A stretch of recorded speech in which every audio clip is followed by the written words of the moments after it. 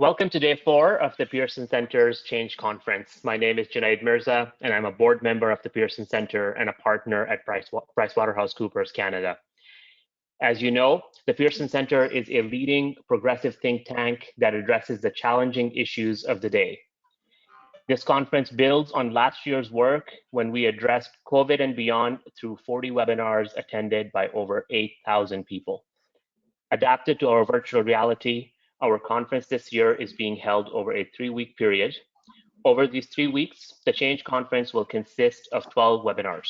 We're proud to say that this is the only think tank conference which includes representatives from all 5 federal parties, top business and labor leaders, and many other experts. As we like to say, we bring people and ideas together to come up with good public policy initiatives. The focus of the conference is simple. With everything around us changing so fast, how do we plan for the long term as a nation? What are the basic values and principles we need to keep in mind as we plan for the future? I want to take a moment to recognize that the Pearson Center is headquartered on the traditional lands of the Algonquin and Anishinaabe peoples, and our speakers and audience come from traditional Indigenous lands across the Turtle Island. I also want to take a moment to thank our sponsors who supported this panel and the conference. The platinum sponsor is Bruce Power. The gold sponsors are CN Rail, the Hill Times, and the Vancouver Fraser Port Authority. A special thanks also to our sustaining sponsors, Canada's Building Trades Unions and the International Association of Firefighters. While these webinars are free to attend, please feel free to visit our website, thepearsoncenter.ca, and make a contribution. Today's webinar is on transportation and rebuilding the Canadian economy with the Honorable Omar Alghabra, Minister of Transport and the newest member of the federal cabinet in one of the most difficult portfolios. I have seen over the last few weeks how every social media post of his since becoming the Minister of Transport has generated hundreds of comments with the same question: what are you planning on doing for the aviation industry? And I know we all saw the news this week with great interest that Ottawa has announced a multi-billion-dollar relief package for Air Canada that I'm sure Minister Alghabra will be talking about more as he talks. Minister Alghabra is the Member of Parliament for Mississauga Centre, first elected in 2006, where he was my Member of Parliament for Mississauga-Arundel, and in the last Parliament was the government's representative on consular issues for Canadians abroad. Mr. Alghabra, welcome to the Pearson podium. Today, he will be in conversation with James Scongack, a longtime supporter of the Pearson Center and an executive vice president at Bruce Power. The format for this session is we have a half-hour conversation run by our great moderator, and we will end at 10:30 Eastern Time. With that, I'll turn it over to you, James.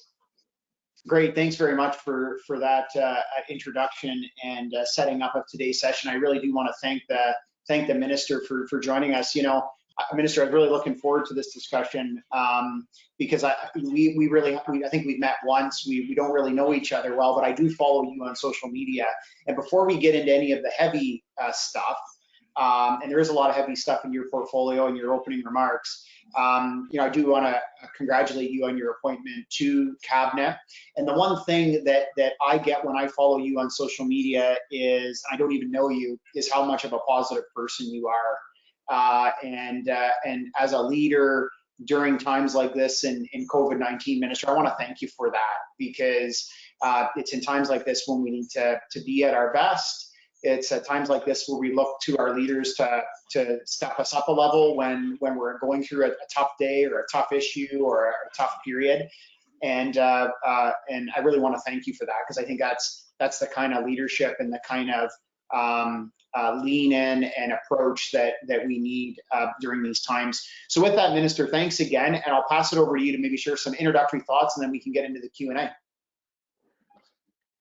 Thank you very much, James, for that kind introduction. I also want to thank my friend Junaid for introducing me to the Pearson Center, to all those working behind the scene to make this happen, and to the sponsors, and say hello to all of the attendees.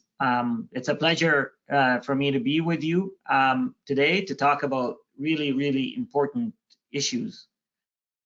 Let me just say that the idea, the discussion that we're talking about today is how do we deal with unpredictable times, and I was just saying earlier that governments are designed and structured to work in a very structured, predictable scenarios or context. And when COVID arrived, it really first, by the way, I say this repeatedly, it arrived without an instruction manual. So it caused havoc. We quickly discovered how devastating it is on Canadians' health, on humans' health, and how quickly it can transmit, and governments needed to react very quickly. And what our government decided to do is, because there was no instruction manual, proverbial instruction manual that came with the virus, is to set aside all instruction manuals that governments have and have been following for decades to react very quickly, because it was clear that there needs to be an urgent, swift, and decisive response to the virus to protect the health of Canadians and to protect the economy and to protect our social fabric. So what our government had done early on in the pandemic is work quickly on rolling out broad-based programs that supported Canadians, that supported small businesses, that supported hard-hit large businesses, that covered as much as we can everyone. And what we did is we quickly adjusted too. So the first launch or the first proposals that we had in March were quickly adjusted in April and also modified in May, because we needed to adjust and react and learn from the science and the evidence that was evolving day by day. And it's something that governments are not typically comfortable with. Governments like to be certain when they're making a decision for understandable reasons. When a government makes a decision, the stakes are high. It has massive repercussions on our economy, on our society, and therefore governments needed to study and consult and examine all kinds of dimensions and angles before making a decision. In this case, we decided that we had to act quickly, and we reacted quickly, and we made decisions very quickly. But that was uncomfortable for governments. And when I say governments, I'm not just talking the political aspect of government. I'm talking the entire institution of government, the entire system of government. But what I also saw, I saw ingenuity, I saw innovation, I saw commitment from the political level, but equally and remarkably from the public service. Public service, sometimes gets painted with a stereotype that they don't know how to adjust, they don't know how to color outside the lines, and that they're very focused on processes and safeguards, and they do that for good reasons. But they demonstrated over the last few months how we can react and we can work quickly. So I think there are a lot of lessons that we learned from COVID that we know we can. We know governments can adjust very quickly. We know we can make decisions quickly. Yes, we can adjust, and yes, we can modify, but sky didn't fall. And in fact, we helped many millions of people that needed help right away. So I would say that's a one important lesson for me, at least, that governments can and is able to work quickly and adjust very quickly and in a nimble way that people are not accustomed them to doing. Second, right now, we have to maintain our focus in everything we do at transportation in my department or government as a whole of government on maintaining our focus on defeating COVID. Whether it is how do we support individuals who are impacted by COVID or whether it is how do we acquire vaccines as quickly as possible and provide them to the provinces as quickly as possible. That needs to be our number one focus. But at the same time, we can still, or we can, and we are, start planning for what the restart is going to look like post-COVID. What do we need to do post-COVID, and what can we do now to prepare for post-COVID? And I can tell you, at Transport, these conversations and these discussions are taking place today about what travel is going to look like, what measures for modes of transportation are going to look like, what border measures do we need. So, and these conversations are taking place not only within government, we are talking to stakeholders, we are talking to industry leaders, we are talking to other important voices that have interesting and insightful input into this. So we are doing this work today so we can, again, walk and chew gum at the same time. But we have to be careful not to send conflicting messages to the public. On the one hand, we want to insist and plead with Canadians, please still heed and follow public health advice today. Because I personally worry if we start telling the public we are also about to reopen, that might come in contradiction with what we want to do right now. So yes, we are talking about what the reopening is going to look like. We're talking about what the recovery is going to look like, and we're preparing for measures and programs and policy decisions that we need to make. But at the same time, we cannot lose sight of our immediate priority right now, which is defeating COVID. And James, I'll stop here. Thank you very much, Minister. No, I think it's a great overview. And what I'm thinking we'll do, Minister, in terms of the questions, why don't we sort of break this up into two buckets, even though they're linked. Let's talk about safety first. Let's talk, and I think it really builds on what you said. So when you think of, and I mean, I guess one of the great things about being a new minister is you get briefed on everything, so you get a really good current state of where everything is. And I know obviously you were well up to speed on the file before being sworn in as a minister as well. But overall, from a safety perspective, when we think about air and rail, what would your assessment be of the safety of the air and rail industry in Canada right now?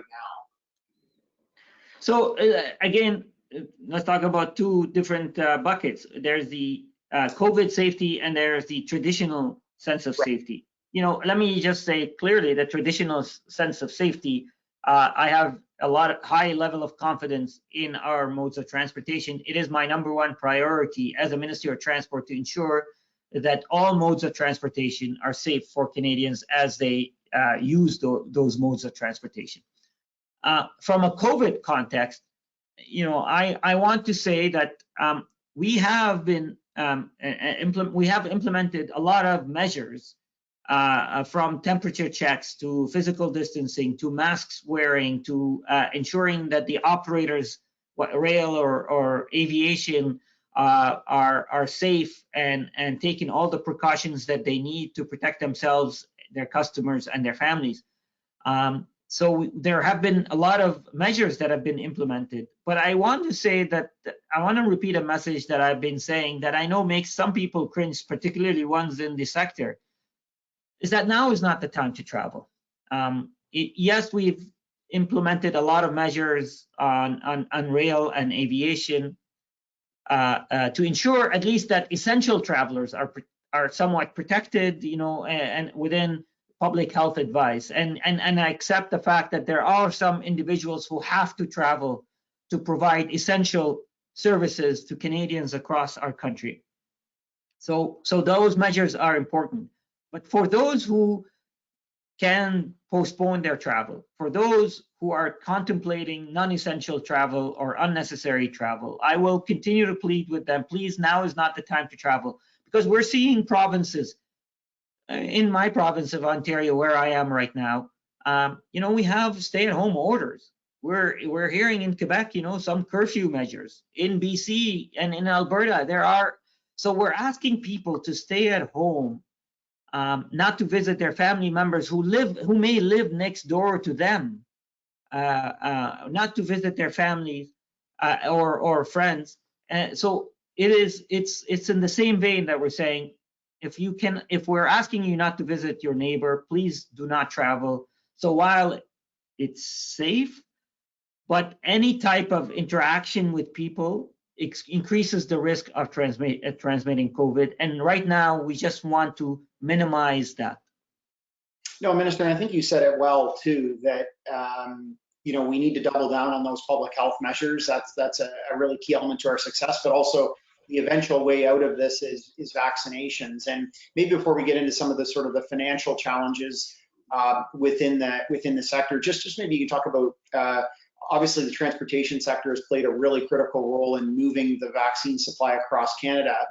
From an outsider, and look at me as an outsider, my sense of the vaccination program would be the federal government's been very successful against what you announced in October of 2020 on the total number of vaccines, but there have obviously been fairly significant disruptions, if we call it that, in terms of timing of deliveries, types of deliveries, even a 1 week. What's your sense in terms of the predictability of vaccine supplies, and really what that, where from a transportation perspective do you see as the priority from a vaccination point of view? Yeah, it's a good question, James. And look, let me talk about predictability is a tough word to use during COVID. COVID has made almost everything. It's unprecedented, and I know this is an overused word, but for the right reason. It is unprecedented time. This is a once in a lifetime, once in a century or more type of event that has really disrupted our lives, like you said, and our economies. Having said that, I remember in middle of last year, when we were really early on in COVID, when we were talking about vaccine, the discussions then is that typically vaccines take 2 to 4 years to develop. And it was a hard thing for me to say to my constituents when they were asking me then, and to others who were saying, when are we going to get over COVID? When are we going to find vaccine? And the only answer I could give is that I don't know when the vaccines will arrive. But if we look at history and other case studies, vaccines typically take 2 to 4 years, maybe sometimes longer, to develop. So we need to keep that in mind. And I had to convey that to many people, and it was very frustrating to hear. So looking back, I can tell you, I did not expect to hear that we're going to have vaccines in less than a year. So let's take a moment to appreciate how quickly the industry, the governments, and other important and scientists and researchers, how amazing of a job they've done over there, how quickly they've done it. Vaccines started arriving in Canada in December. Now, I admit there have been a lot of hiccups, and I think, look, a fair-minded individual would look at this massive operations and would understand how it's understandable that there can be some hiccups with supply chains and deliveries, because not only are we talking about a massive and incredibly fast operation, but we're talking about the entire world competing for the same goods that everybody wants, understandably, again. So, looking back, also, I am grateful for the strategy that our government has taken and Minister Anand has led in diversifying our portfolio. From the beginning, Canadians could hear us that we have the most diversified portfolio in the world, and that's paying dividend today, because we're witnessing occasional hiccup here and there with supplies and availability. And it was really due to the fact that we have such a diversified portfolio that now we're seeing how we are able, even though it's tough to predict, we are able to predict with some certainty the supply that we expect. Yet we exceeded it. We expected that by the end of March we would have 6 million doses. We ended up with 9.5 million doses. Today, we're over 1 million doses that have arrived to Canada. Canada now is the third in G20 and G7 after the UK and the US when it comes to vaccination, at least one dose, first dose of vaccination in Canadians' arms.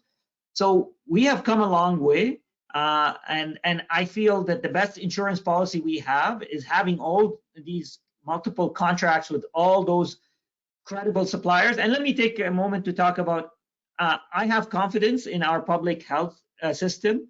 When Health Canada approves a vaccine, I believe that they've done their homework. They've done a lot of studies and tests and reviews of the findings and the research that was done behind those vaccines. So I feel reassured as an individual, as a Canadian, that we have the supply coming in. Of course, everybody understandably wants to be vaccinated today before tomorrow, and we are working towards that goal.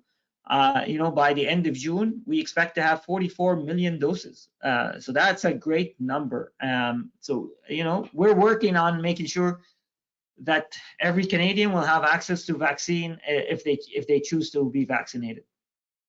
So no, that's great, Minister. And so with that, now let's talk about the economics of the, in particular, the airline industry is the real focus now. And maybe we break this discussion into two items. We talk about sort of consumers as I think the last point, because I think that's something I know you've been incredibly focused on. But let's talk about the airlines. They're absolutely critical to the Canadian economy in the short, medium, and long term.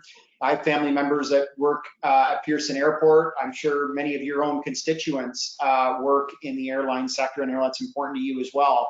So can you maybe just talk about, before we get into what you've done, just sort of your sort of situational analysis on how much this pandemic has hit the airline industry, just to give people a sense of the size of the problem, if we can call it that. Yeah. I think we can call it that. Yeah, no, the magnitude of the challenge is huge for the aviation sector. Look, every sector, we have to say this, every sector has been hit very hard by the pandemic. The aviation sector particularly has been hit probably the hardest out of all sectors. And it's because of COVID and because of COVID public health related measures. They lost more than 90% of their customers. Like, those are significant numbers. And the aviation sector is also very capital intensive. So it needs liquidity to maintain its capital, to maintain its financing. And it relied on a predictable stream of revenue that came from business travelers, that came from recreational travel, and that completely dried up. I would say 90-some% dried up. So we know that the magnitude of the devastation to the aviation sector is significant beyond most sectors.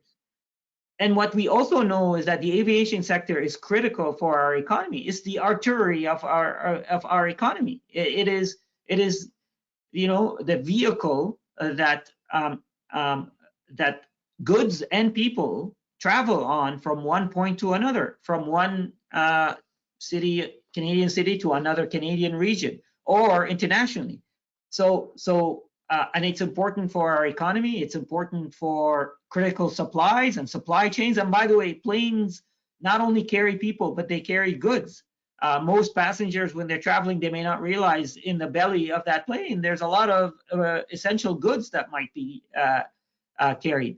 So aviation sector is critical for our economy. It's also critical for our security. We need to have the ability for people to move and have the access to mobility modes. So all that to say is that they've been hit very hard, and then combination of how hard they've been hit and how critical they are. So a resilient aviation sector for our economy is critical, not only again for the workers that work within the sector, the ones that and the ones who live in my riding, but also for the broader society. So that's why it is critical. And if you want, maybe this is a good segue for me to start talking about the stuff that we've done, but I needed to set like you said, the context of why it is important for Canadians who may not travel regularly. Why is it important for them to sustain a resilient airline sector? Yeah, For Minister, us, no, great. And you know, I know we only have a couple of minutes left here, so oh yeah, sorry, I talked too much. no, I mean, look, I think we could talk for an hour and a half, and you're the minister, so if you force us into an hour and a half, we have to keep talking about it, which I would love. But no, Minister, so I think the last thing is this. So I mean, if we take a step through what we've talked about today, you've talked about the safety of sort of public health safety, the safety of the sector, the important, you know, your perspective on vaccinations. I think you've really articulated the economic value of in particular, the airline sector, but broadly transportation. So I think the last thing, I think what you've done for the airline sector, we don't have a lot of time to go through it today in terms of a lot of detail. I think it's well known. But one of the key, obviously you've developed an economic package that you believe and the government believes will keep the sector viable and to be able to have a recovery. And I think that's really what I take away from it. But one of the real areas that I know you put a lot of focus on was protection for consumers. Because while this was an economic challenge for the airlines in particular, a lot of consumers had personal financial challenges associated with that. Can you just talk about, for a couple of minutes, about what you did to protect consumers in this deal? Because I think, sometimes these things can be called a bailout. Sometimes they can become very political. I sometimes think that we actually make them too political when we need to look at these things as a country. It's not a political decision. It's about what's the right thing to do. But in particular with consumers, can you talk to us about some of the consumer protections that you put in that, maybe I'd call it strings that were attached to this deal? Yeah. Look, James, let me talk philosophically what I see my role as a minister. My role as a minister is to make sure that as I am, working with the transportation sector, is to represent the voice of the ordinary citizen who is not at the table. Typically corporations and unions and others are present, and unions obviously represent as well the voice of the worker. But I need to make sure in my mind that the average person is busy in their career or looking after their families, that their perspective is present at the table when these decisions are being made. And it was really important for us as a government to ensure that consumers are protected and Canadians are protected in these deals. So, for example, a lot of Canadians have been carrying the financial burden of canceled flights or flights that they've decided to cancel because of the pandemic. But the airline at the time, understandably, could not refund everybody because, again, they were going through a cash crunch, and it would have been very difficult for the airlines to refund everybody quickly. So we made sure that as part of the package, there's a facility to refund passengers who have not received a refund because of the pandemic. Second, we had to negotiate with Air Canada on making sure that there are strings attached from executive compensations to shares buyback, to dividend buyback, so dividend payouts, to ensure, again, that taxpayers' money and taxpayers are protected. Thirdly, we expect every penny of this package to be repaid, whether it is the loans or the equity stake, which we think actually there's a lot of upside for Canadian taxpayers. So we really designed the package to offer the relief that the airline needed at this moment, but also to keep in mind the protection of the Canadian passenger and the Canadian consumer. In many ways, when I looked at the deal, and obviously, just seeing what we read in the newspaper, it reminded me a lot, Minister, of really what happened in 2008, 2009 with the automotive sector to some degree, where, I think people look back at that in hindsight as, for the reasons you noted, worked out pretty well. Items were repaid. In fact, the government ended up ahead of the game, both the Ontario and Canadian governments at the time. Well, look, Minister, I really want to thank you for the discussion today, but in particular, I really want to thank you and all of your colleagues, no matter what side of the aisle they're on, for their public service. Public service is absolutely critical during these challenging times. And, while we are all fed up with COVID and we all have COVID fatigue, this is a time for us to be at our best, and our unity is incredibly important. And I always like to say we're Canadians first, and that's what matters most. So thank you for joining us, Minister, and best of luck to you. I'd also like to thank the Pearson Center for hosting this as part of your virtual conference. I understand now we're going to go to a virtual break until noon, so I would encourage everybody to come back at noon.